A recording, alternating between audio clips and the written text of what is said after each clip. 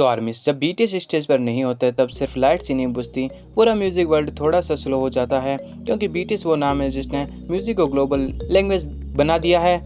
उनके बिना व्यूवर सुना ही होता है, बस इंतजार में होता है लेजेंड्स की वापसी का। आर्मीज आज यही सच्चाई है, क्योंकि बीटीएस के बिना ना सिर्फ आर्मीज का दिल अधूरा है, बल्कि हाइप की पूरी सिस्टमैटिक ग्रोथ ही हिल चुकी है। बीटीएस की एक झलक के लिए लोग रोते हैं, और आज बीटीएस गैर मौजूदगी ने हाइप की फाइनेंशियल नींव को हिला कर रख दिया है। तो वो कुछ यूँ है कि हाइप ने अपना 2024 का फाइनेंशियल डेटा शेयर किया है, और रिपोर्ट के अंदर जो नंबर निकले उन्होंने सबको शॉक में डाल दिया है। कंपनी का ऑपरेटिंग प्रॉफिट सीधा 38% डाउन हो गया है। यस, पूरी 38% गिरावट। 2023 में हाइप का ऑपरेटिंग प्रॉफिट था 300 बिलियन वॉन, लेकिन 2024 में वो गिरकर रह गया सिर्फ 184.8 बिलियन वॉन।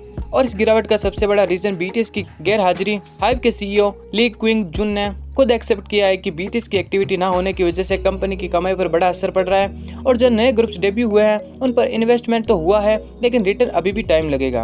अब आप खुद ही सोचिए, आर्मीज बीटीएस की पावर ऐसी है कि जब वो एक्टिव होते हैं हाइप हर महीने टॉप पर होता है। उनके एक एल्बम से मिलियंस की सेलिंग होती है, और एक कॉन्सर्ट से अरबों वॉन का रेवेन्यू जनरेट होता है। आज वही कंपनी जिनकी बिल्डिंग्स बीटीएस की बदौलत खड़ी हुई है, वो बीटीएस के बिना सीधे घाटे में जा रही है, क्योंकि बीटीएस कोई नॉर्मल ग्रुप नहीं है। बीटीएस खुद में एक ब्रांड है, एक चलती फिरती कंपनी है जिसका हर मेंबर एक इंडस्ट्री को रिप्रेजेंट करता है।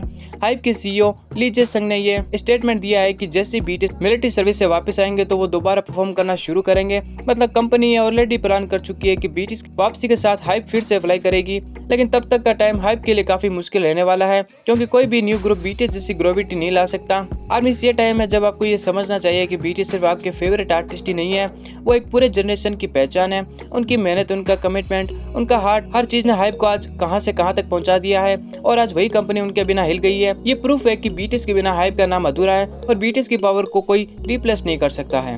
अब जब बीटीएस वापस आएंगे तो सिर्फ हाइप ही नहीं बल्कि पूरे के-पॉप इंडस्ट्री में एक तूफान आएगा, और तब हर किसी को समझ आ जाए कि बीटीएस कोई ग्रुप नहीं, एक रिवॉल्यूशन है। तो आर्मी साहब सभी को क्या लगता है इस पूरे मैटर पर?